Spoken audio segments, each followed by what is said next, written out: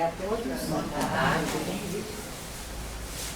Para embasar nosso momento hoje, nós vamos ler uma página do livro Meditação no Silêncio Interior, psicografado pelo professor Mauri Rodrigues da Cruz, aliás, psicografado pelo irmão F. Alexander, pelo espírito F. Alexander, através do professor Mauri Rodrigues da Cruz. É o capítulo que começa na página 9 e tem o título Quando Tudo é Silêncio, Fala a Voz da Vida. E especialmente escolhemos esse capítulo que tem esse título, porque nesse mês foi nos solicitado que nós, o irmão Antônio Grime, ele não é muito ficar só na orientação rasteira, não. Ele solicita mesmo que nós começássemos a nos treinar em fazer momentos de silêncio. E nos pediu para começar com pelo menos 5 minutos. Começar com 5 e ir diariamente, escolhêssemos um horário e diariamente, naquele horário, nos esforçássemos de início por 5 minutos de silêncio.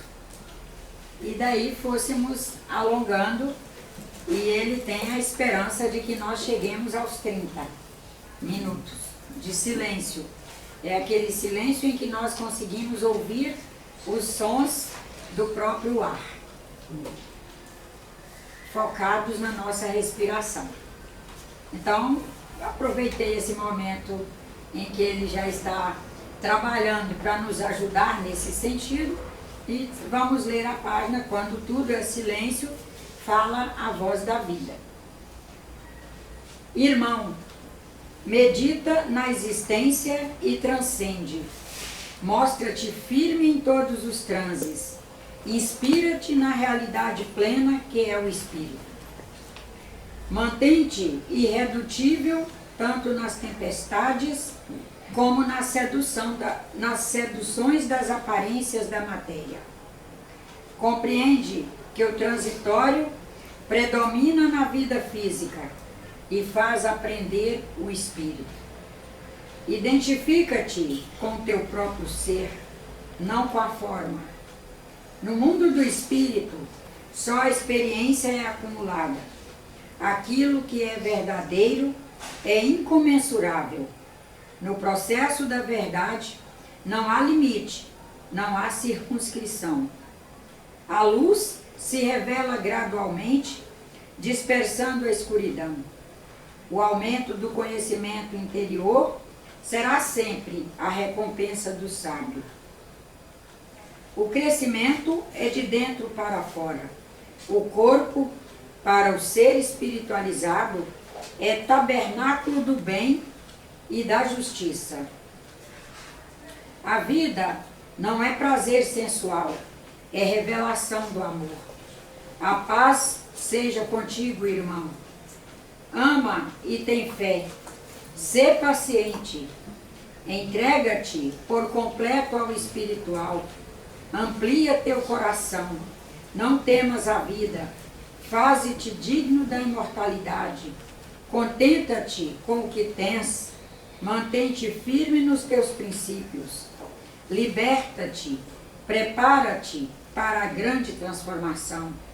Este é o grande propósito do processo evolutivo da existência. Com este propósito, seguirás e farás todos os dias o esforço para ver toda a perspectiva que lhe é possível e alcançarás o impossível.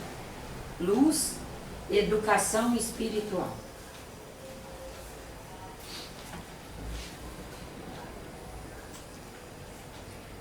Falar em perspectiva, em primeiro momento, quem sabe nós nos perguntássemos quais são as perspectivas que o nosso grande mestre, que é Jesus, nos convida a dar atenção,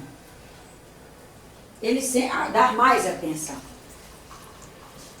Porque se a gente for olhar, todos os nossos orientadores, eles sempre nos convidam a essa visão em perspectiva.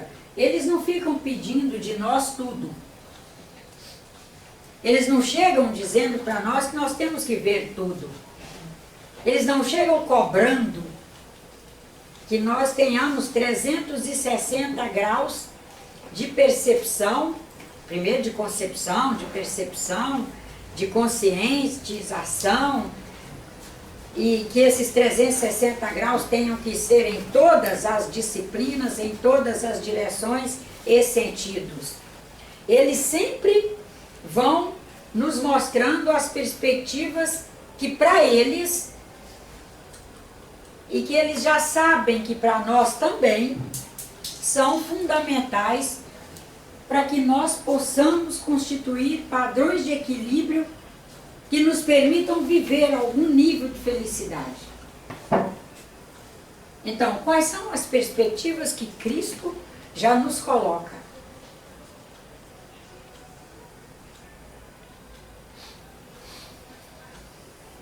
Será que é a do amor ao próximo? Acho que é a primeira, né? Hã? Essa é a primeira, mais importante. Aham.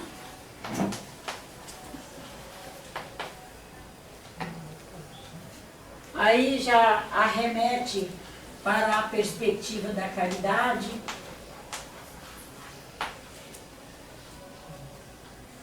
Já também arremete, mas isso ele coloca o amor ao próximo e cada um de nós vai fazendo o seu olhar.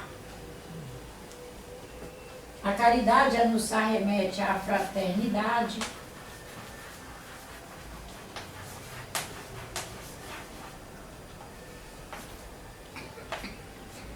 A solidariedade.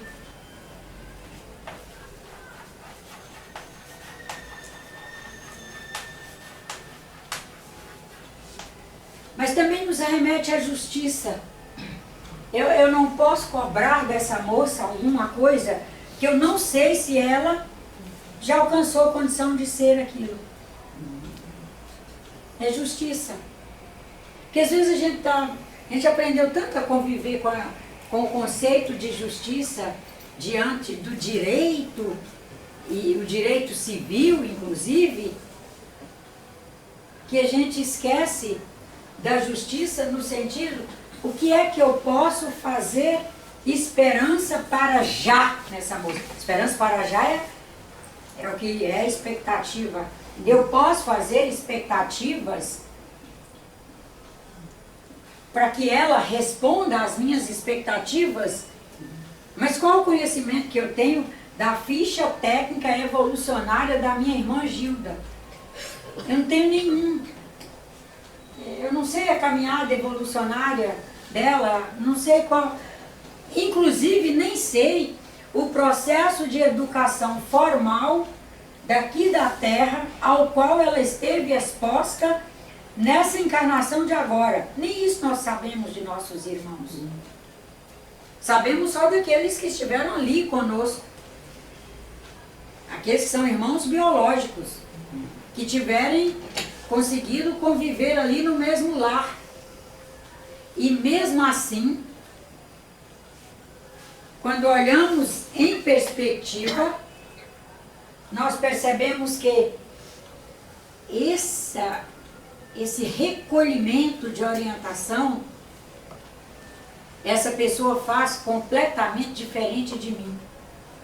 Ou seja, mesmo estando exposto aos mesmos educadores e aos mesmos recursos, inclusive recursos materiais, os recursos todos os possíveis ali naquele grupo biológico, perceberemos que, por justiça, não vamos poder fazer expectativas com relação àquela pessoa, porque a capacidade dela de avaliar, de interpretar é diferente da minha. E não quer dizer nem mais nem menos, não quer dizer melhor e nem pior, quer dizer apenas perspectiva. Ela enxerga as coisas numa perspectiva diferente. Quando a gente faz uso ligado à área técnica, no curso de desenho industrial, a gente recebe umas peças e é para cada um projetar aquela peça para ela ser mandada, para o desenho ser mandado para uma linha de produção e reproduzir aquele material. Isso é das primeiras aulas. É o maior choque que a turma recebe. Essa primeira aula de receber um objeto e com o que cada um ali já alcançou de desenho, colocar no papel aquele projeto para seguir para uma linha de produção. E no final, quando todos se reúnem para avaliar, a gente vê que iam sair tantos produtos quanto os alunos têm na sala. Não seria o mesmo. O dia que fui ouvir a aula do irmão Antônio Grimo, que ele trabalha em perspectiva agora, nessa última aula, eu voltei para aquela aula e vi o quanto ela foi reespiritualizadora, lá do desenho técnico, de nos mostrar que ninguém vê todos os ângulos de uma forma, qualquer forma, ninguém enxerga todos os ângulos, e que ninguém vê na amplitude os ângulos igual ao outro. Cada um vai ver numa amplitude. Porque o que é ângulo? Né? E isso para nós que estamos buscando a reespiritualização com mais consciência e, portanto, com menos dor, com mais alegria, com mais equilíbrio, e especialmente nós que estamos aí tendo a consciência de que somos 10 bilhões de pessoas e que esses 10 bilhões estão se reproduzindo e que no mundo onde os recursos tecnológicos vão melhorando, o capital de vida, ou seja, o tempo que nós permanecemos aqui aumenta, e se o tempo que permanecemos aqui aumenta, significa que a população cresce. E se ela cresce, nós passamos a viver cada vez mais próximos fisicamente uns dos outros.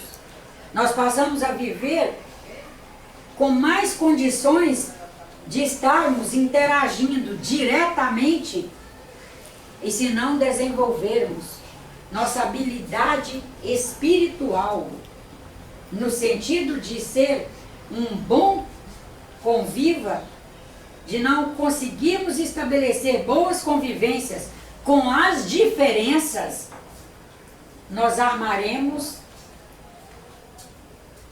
uma humanidade com infelicidade. Será uma humanidade armada com a infelicidade. A infelicidade vai ser arma em todo mundo. E nós temos plenas condições de sermos felizes. Mas um dos pontos é a perspectiva. Você tem 2 filhos, eles veem o mundo em perspectivas completamente diferentes da que você vê, da que seu companheiro vê e da que todo mundo ali que ajudou a educá-los vê. Uma geração, as perspectivas são completamente diferentes da outra. E quantos de nós pais somos infelizes só por isso? Nós não esperamos para ser infeliz porque o filho é doente. Aliás, os pais de filhos doentes são mais felizes, porque se ocupam em cuidar do filho, do filho, do filho, do filho, e não se ocupam de ficar cobrando, exigindo, cobrando, exigindo, cobrando, exigindo, querendo, está querendo saúde do filho. Nós estamos infelizes com filhos saudáveis, mas que olham o mundo, as pessoas, as coisas, em perspectivas diferentes. Que é essa coisa de ângulo. Inclusive, história de vida. A história de vida de uma pessoa determina os ângulos e a história de agora. Então, nós não somos espíritas de ficar falando de vida passada, mas não. Esse momento, graças a Deus, passou.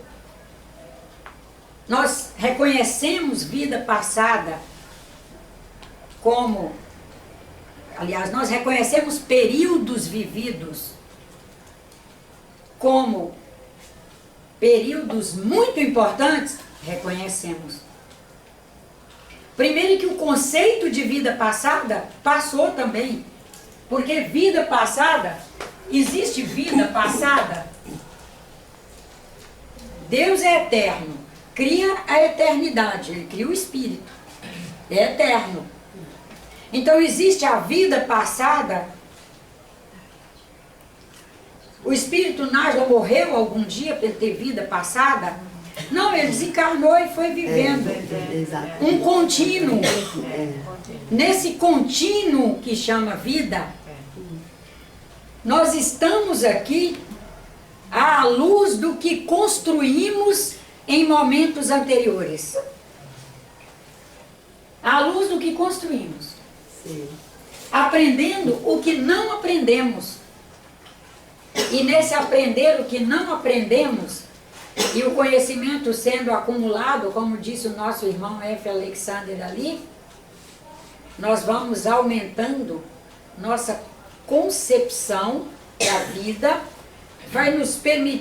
isso vai nos permitindo aumentar a percepção, nós aumentamos os ângulos com os quais nós enxergamos, e a isso dá-se o nome de perspectiva.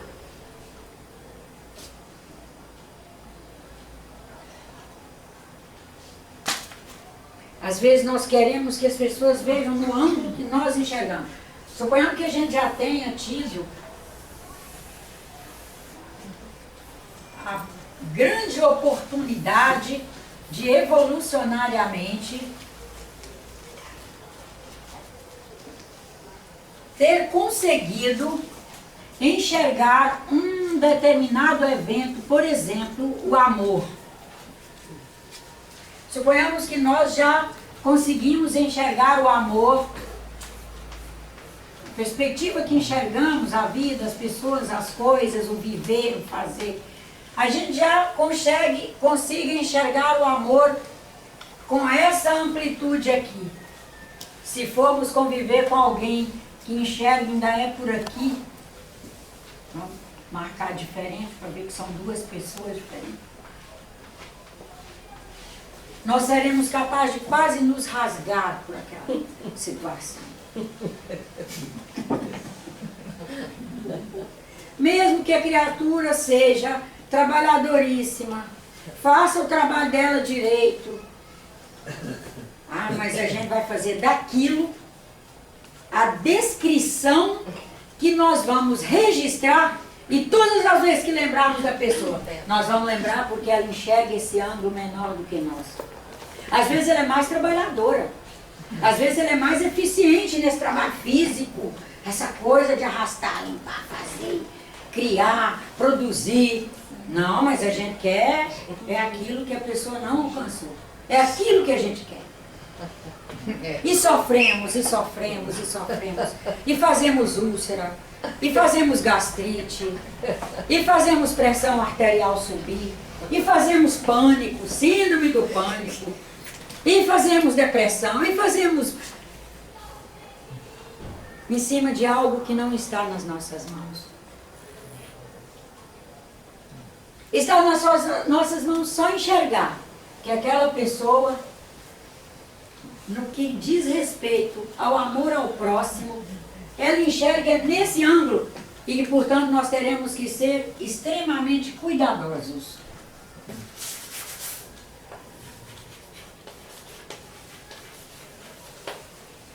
Por quê? Porque ela é uma indefesa nesse sentido. Ela já alcançou menos do que nós nessa perspectiva. E como nós já alcançamos mais, somos missionários com relação a ela. Missionários. E ela também missionária. Nós estaremos todos os dias ali, ofertando um pouco de condição dela ampliar esse ângulo dela, E ela está nos ofertando todos os dias a possibilidade de também ampliarmos o nosso. Mas vai depender de como nossa alma vive aquela situação. Nós ampliaremos o nosso ângulo na medida em que nós nos desvelarmos em cuidados, inclusive os cuidados no sentido do que conversamos com ela, do que instigamos essa pessoa a fazer. Que ela não traz maturidade para a gente falar, por exemplo, das crises políticas do país, se não for no sentido mais técnico.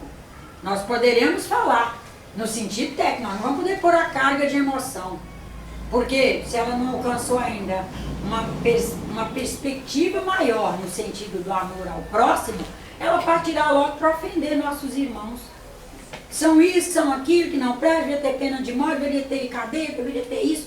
Daí a pouco deveria ter, inclusive, extinção daquelas criaturas. E que se nós não estivermos maduros o suficiente, nós ainda corremos o risco de enveredar junto. Nós que éramos ali missionários no sentido de ajudá-la a ir tendenciando para um alargamento do ângulo que ela enxerga aquilo, que ela consegue viver, que ela consegue materializar. Nessa caminhada que nós vamos fazendo, porque a gente chega aqui já com uma faculdade mediúnica bastante avantajada, nós temos que admitir isso. Por mais que nós falemos aí que a Terra é dos piores, é isso, é aquilo, planetas com condições muito inferiores, nós não nos administraríamos nele na forma bípede. Nós estaríamos em planetas em condições inferiores, são escolas para proto-espíritos, ou mesmo que sejam já espíritos, mas eles ainda não estão nessa condição nossa. Só de nós percebermos nossa anatomia, nossa fisiologia, nossa dinâmica no tempo e no espaço, de conseguir nos equilibrar de forma vertical, nos movimentar para lá, para cá. São dinâmicas que o espírito construiu, habilidade para gerenciar através do perispírito, que não é uma coisa para espírito que começou agora. Nós temos nossas crises morais? Temos. Nós temos nossa dificuldade de materializar os valores universais? Temos. Mas que nós somos também de ontem, não somos. E nessa questão de trabalhar acerca da desenvoltura da nossa faculdade mediúnica e a visão em perspectiva, nós precisamos reconhecer que não somos de ontem, até para olharmos mais cuidadosamente para nossos potenciais e conseguirmos enxergar as perspectivas que nós já avançamos, que nos permitem trazer talentos que se revelam na forma de vocações e nós sabemos materializar nossas vocações em benefício de todos. Como nós não olhamos cuidadosamente para essa questão de perspectiva, nós meio que embaraçamos. Ficamos ali numa miscelânea, sem diagnosticar mesmo. Diagnosticar o que é que eu sou capaz de fazer de bom. O que é que eu sou capaz de fazer de bom? Eu sou capaz de fazer de bom a união na família. Eu vou lutar por ela. Eu vim com o talento, por exemplo, de ser alguém, isso a gente vai vendo pelo que a gente foi sendo ao longo da infância, pré-adolescência, adolescência, juventude, já está no privilégio da terceira idade, na terceira idade, a gente vê que aquilo foi tomando corpo,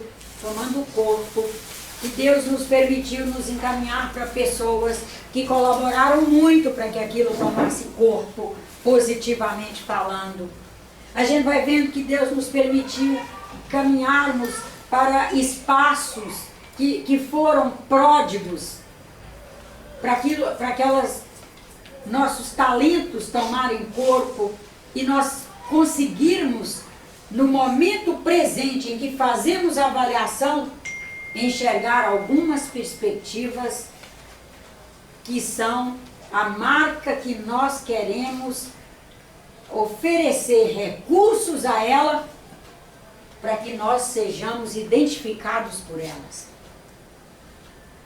Nós não vamos sonhar em ser identificados como homens santos. Nós sabemos que não somos. Nós não estamos sonhando em sermos identificados já agora, no final dessa encarnação, como um espírito de extrema luz. Mas a luz que eu trago, a luz que eu já trago, como eu quero descrevê-la para meus irmãos, e que quando eu desencarnar, eu possa ser descrita por aquele registro que eu fiz. Eu fiz um registro.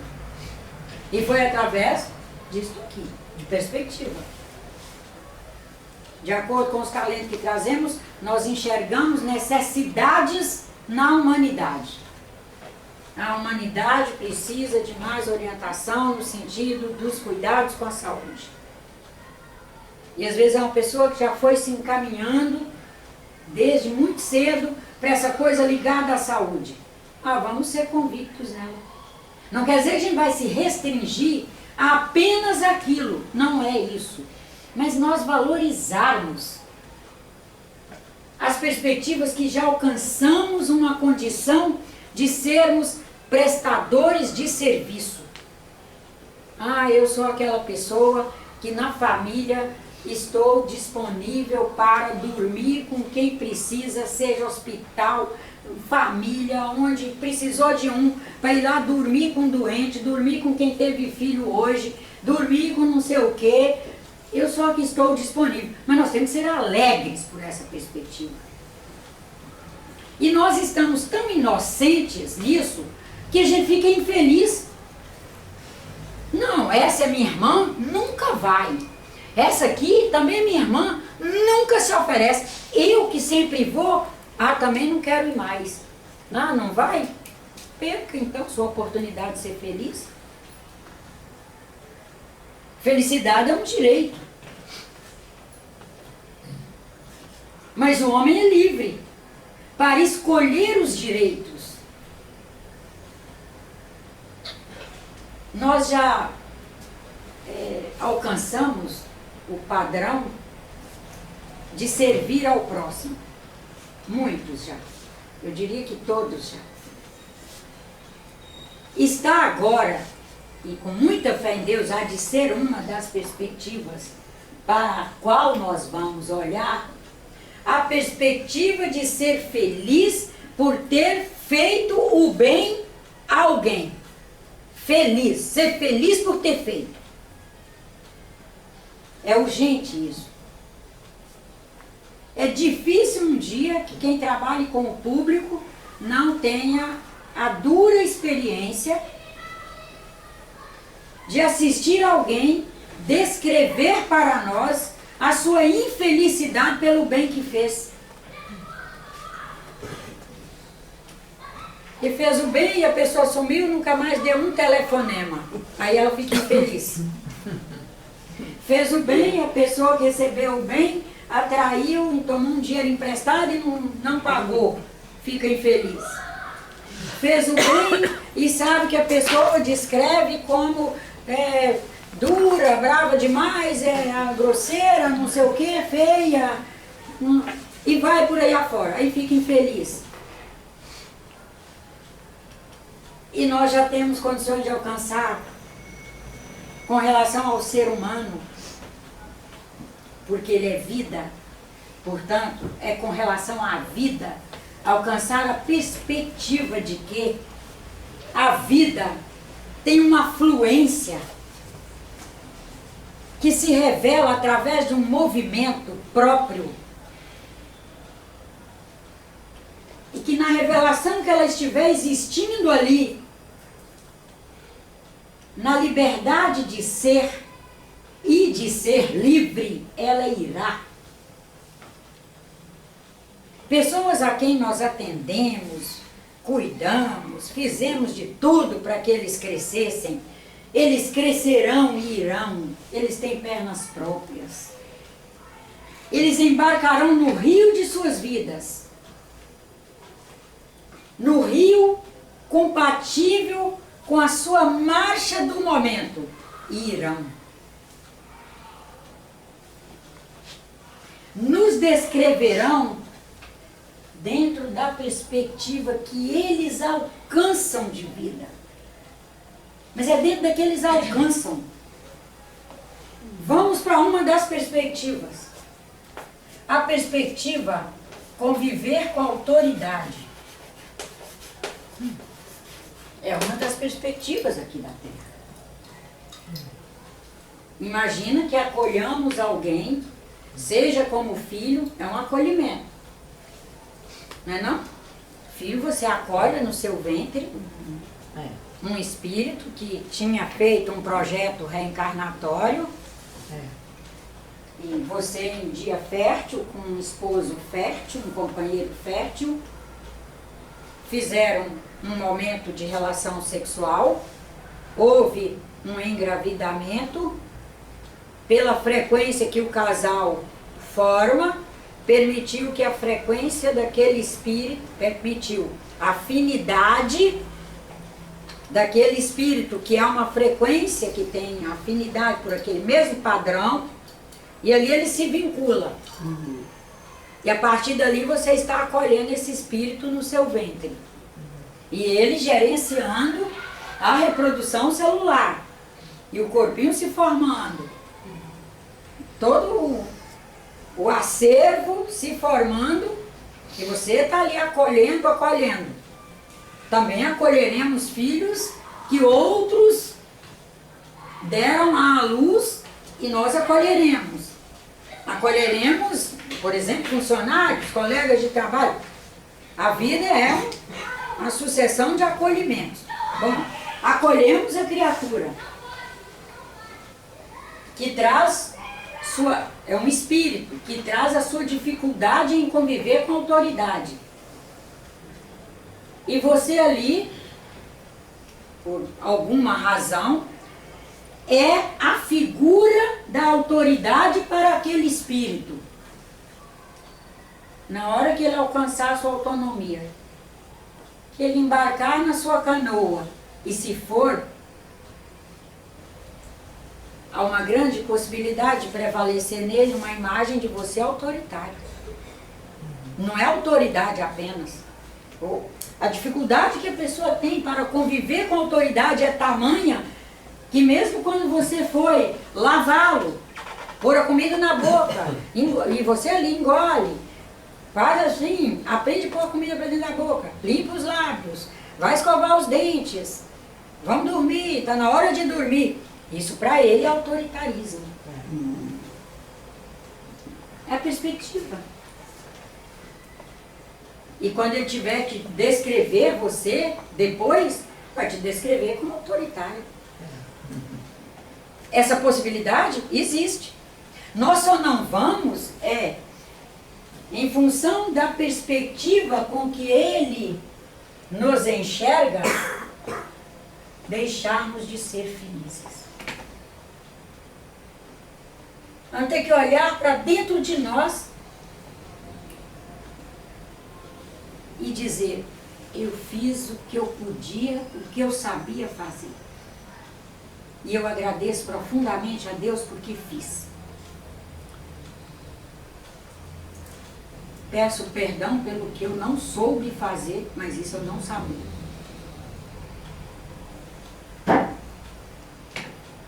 Essa questão do irmão Antônio Grimm nos convidar a trabalhar, para ele a gente tem que desmistificar a perspectiva. Porque com ele não tem coisa muito suavezinha não. É desmistificar, é para trabalhar mesmo. É a partir do momento que ele vai trabalhando conosco, ele vai trazendo elementos para efetivamente trabalharmos que é quando eles vão, as equipes espirituais vão descobrindo questões que estão burlando nossa capacidade de ser feliz.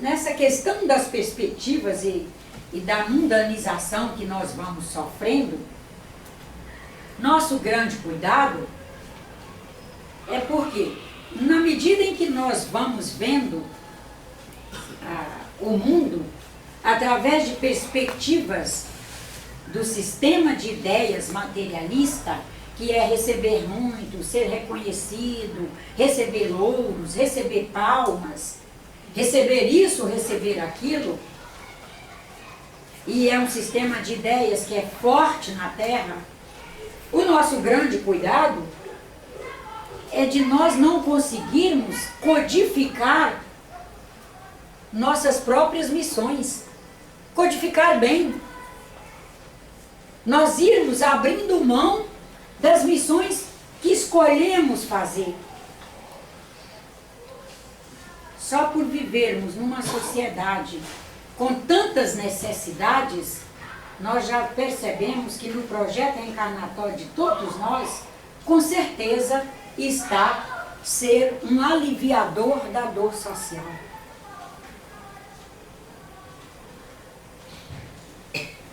A dor social é alguma coisa que ela ocupa espaços em qualquer nível de família, de poder aquisitivo alto ao mais baixo, de capacidade intelectiva do mais alto até o mais baixo. Não há uma pessoa aqui na Terra que esteja isenta de uma forma de dor social. Isso já nos mostra aqui nos projetos nós todos. Há a perspectiva de ser um aliviador da dor social. E que trazemos desenvoltura mediúnica para sermos esse aliviador. Mas, por outro lado, nós temos que ver que perspectiva estamos olhando. Porque se for de receber palmas, louros, agradecimentos e etc., nós nem vamos poder ser o aliviador. Porque o que vamos cobrar vai estar acima do que a pessoa é capaz de pagar.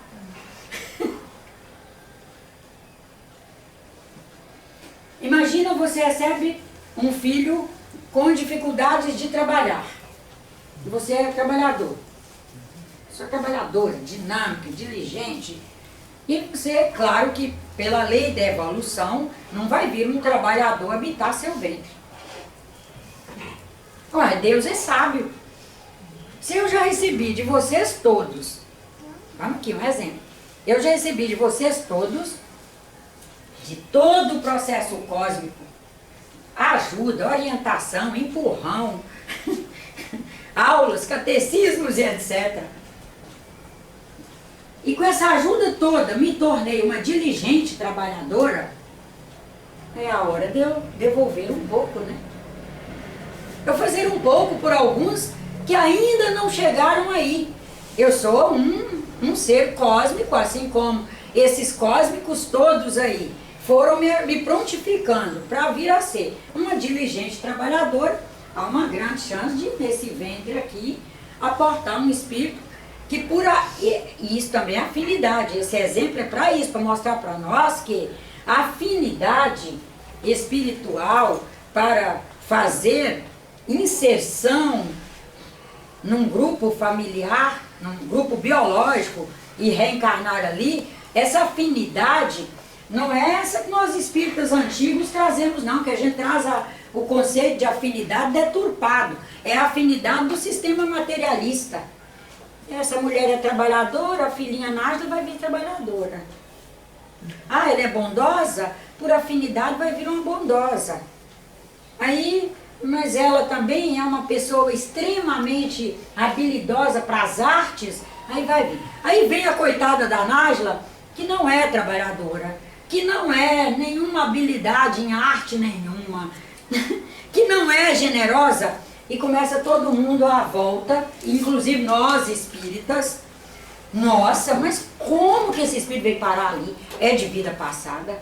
Só pode ser. Só pode ser pagamento de pena. No mínimo ela abandonou essa filha em alguma encarnação e agora veio por ventre dela, porque ela está pagando. É a lei de Talião.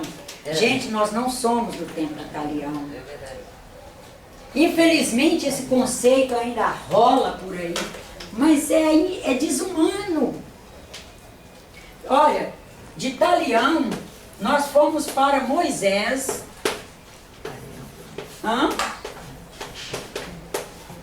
Para aqueles que não souberem, Talião, um diligente administrador, e até vejo como filósofo mesmo, dentro do possível da época, que administra uma comunidade selvagem, a humanidade selvagem da época.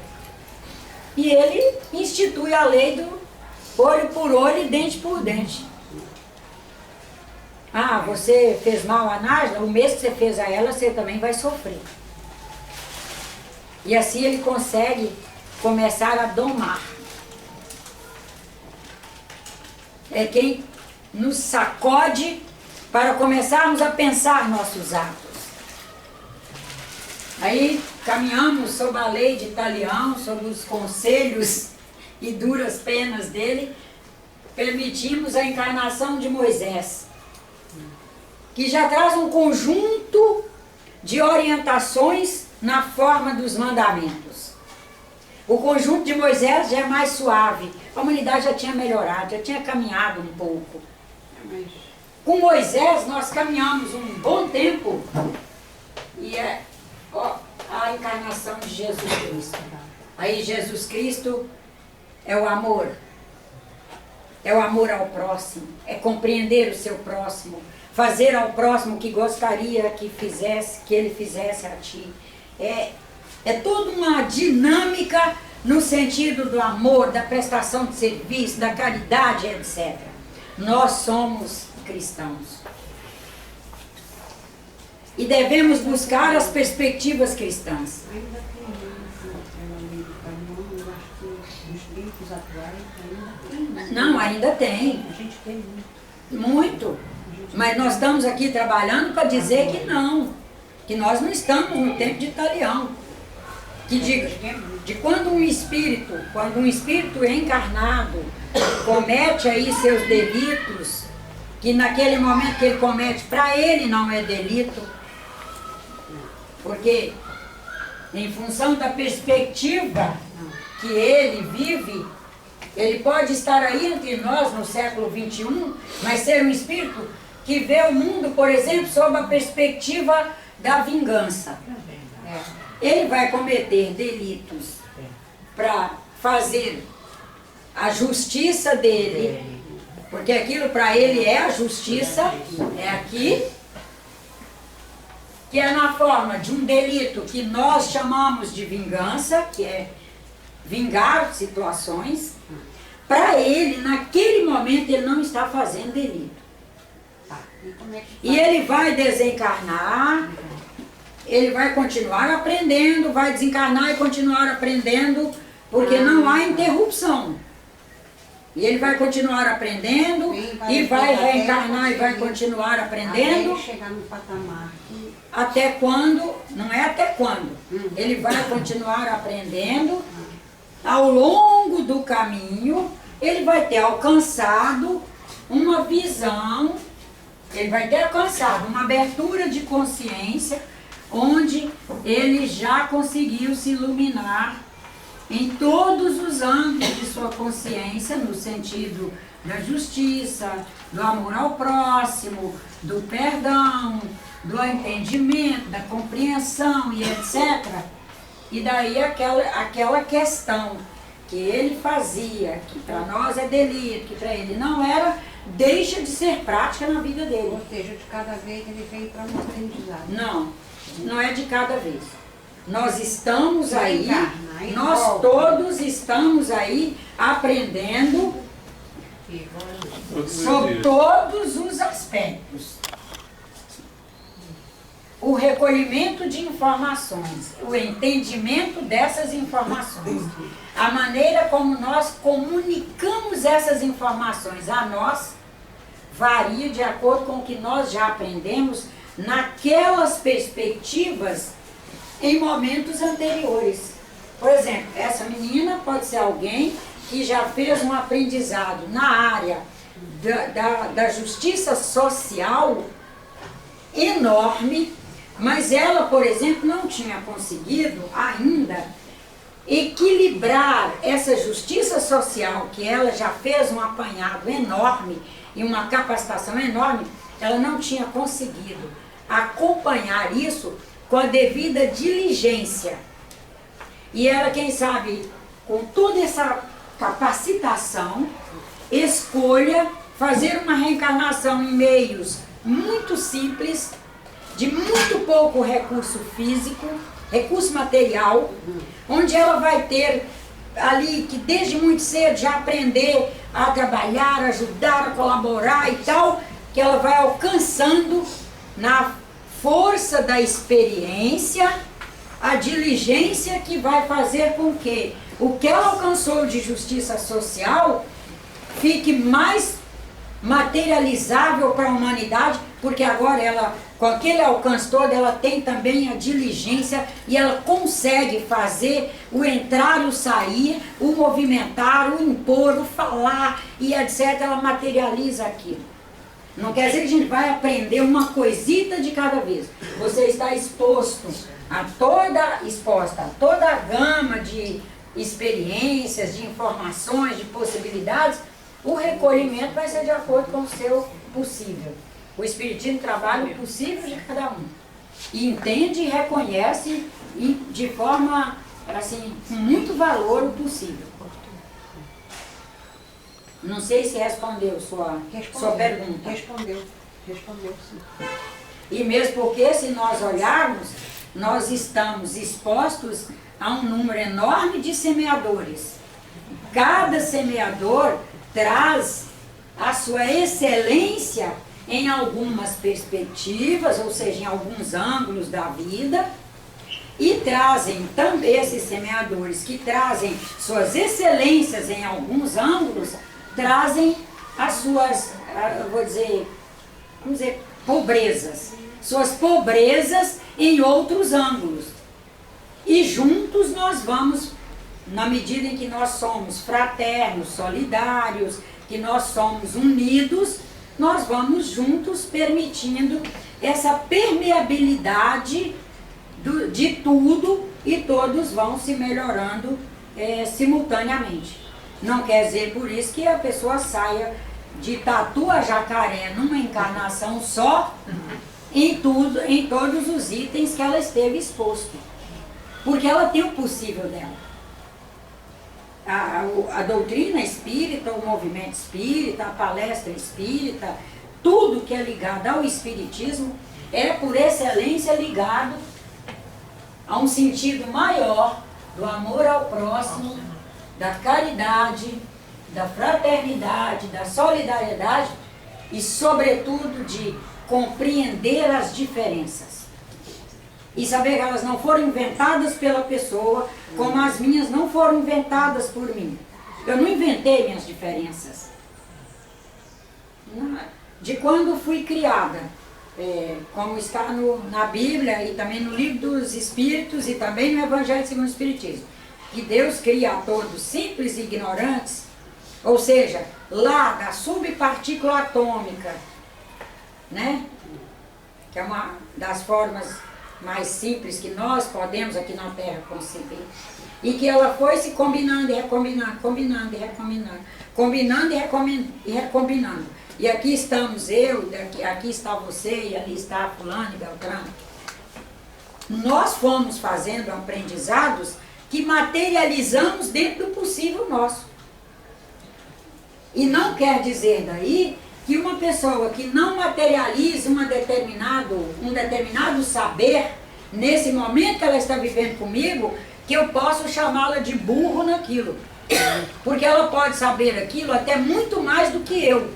Mas em função do projeto reencarnatório dela, que era priorizar alguns elementos que para ela era fundamental, um investimento maior de tempo, de atenção, de dedicação, de energia, para ela avançar naquelas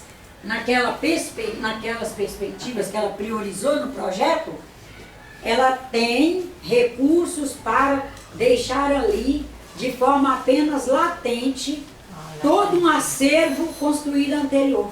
No caso, ela não... E ela não revela. avança. Nessa encarnação, avançar no sentido de evolução, ela avança. Mas ela não expressa. Vamos dizer, vou falar uma coisa. Você pode ter uma diarista, que é uma pessoa extremamente gabaritada em medicina, e ela escolheu uma reencarnação onde ela queria trabalhar outras perspectivas da consciência, que ela quer expressar isso melhor. Ela guarda esse acervo, prioriza, por exemplo, a dinâmica de ter que levantar de madrugada, de ter que tomar um ônibus em Belfort Roxo, chegar na sua casa em Copacabana, e depois tomar um outro de volta de Copacabana para Belfort Roxo, e disputar o espaço no ônibus, e ter que respeitar para ser respeitada, e etc, etc. Ela está fazendo vários aprendizados. Você vai perceber que ela traz um conhecimento na área da medicina, porque de vez em quando ela vai dizer, olhar para você e dizer assim, a senhora está tão mal porque a senhora não toma um chá de erva cidreira. E se você ouvir e tomar, você vai ver que o chá vai transformar o seu dia para melhor. Ela faz leituras, onde através do que ela vai te falando, ela revela o que ela traz, mas ela não expressa. O que ela sabe, mas ela não expressa. Não expressa que ela fez essa escolha. E daí nós podemos nos enganar muito com espíritos que estão reencarnados perto de nós e que nós ficamos taxando disso e daquilo. Nunca seria uma experiência expiatória, então? Toda experiência é expiatória. Toda experiência. Porque toda experiência... Pensa uma experiência bem boa, bem agradável. Uma experiência agradável. Reencontrar um amigo. Reencontrar um amigo.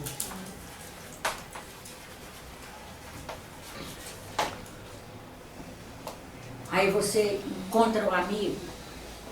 É uma coisa tão boa você poder, ai meu Deus, há quanto tempo eu não te via.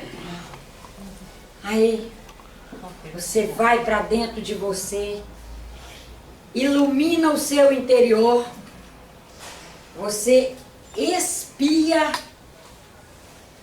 tudo que há de sombrio em você. Tira. Não vou dizer tira, expiar. Expiar é clarear aquilo, porque você jogou um novo facho de luz. Aí vamos pensar numa experiência ruim. Pelo encontro, a pessoa estava com Porque energia boa e até então o espírita só trabalha expiação só com ruim, né? Exatamente, por isso é que eu perguntei. Aí vamos dar uma outra expiação maravilhosa. Filho.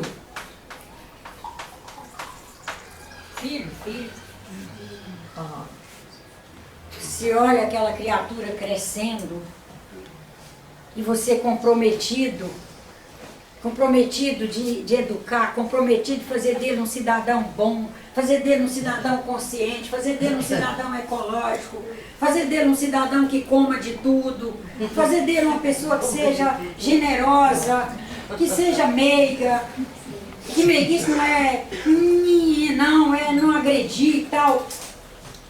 E você vai, na sua preguiça, você joga a luz porque você precisa mostrar para ele que é bom trabalhar. Na sua estupidez de falar as coisas, você, não, se eu falar direito porque meu filho está perto, eu não quero ensinar isso. Você tem hora que olha para a abóbora, hoje eu não estou afim de comer abóbora, mas é a abóbora que está aqui na mesa. Aí você olha para ele, não, eu vou comer abóbora, porque senão ele amanhã vai dizer que eu não como abóbora. Eu vou comer abóbora. Marido te fez uma grosseria e você está com vontade de ficar com a cara trancada por um dia para dar um limite. Não, eu não posso. Eu não posso porque eu vou estar exemplificando.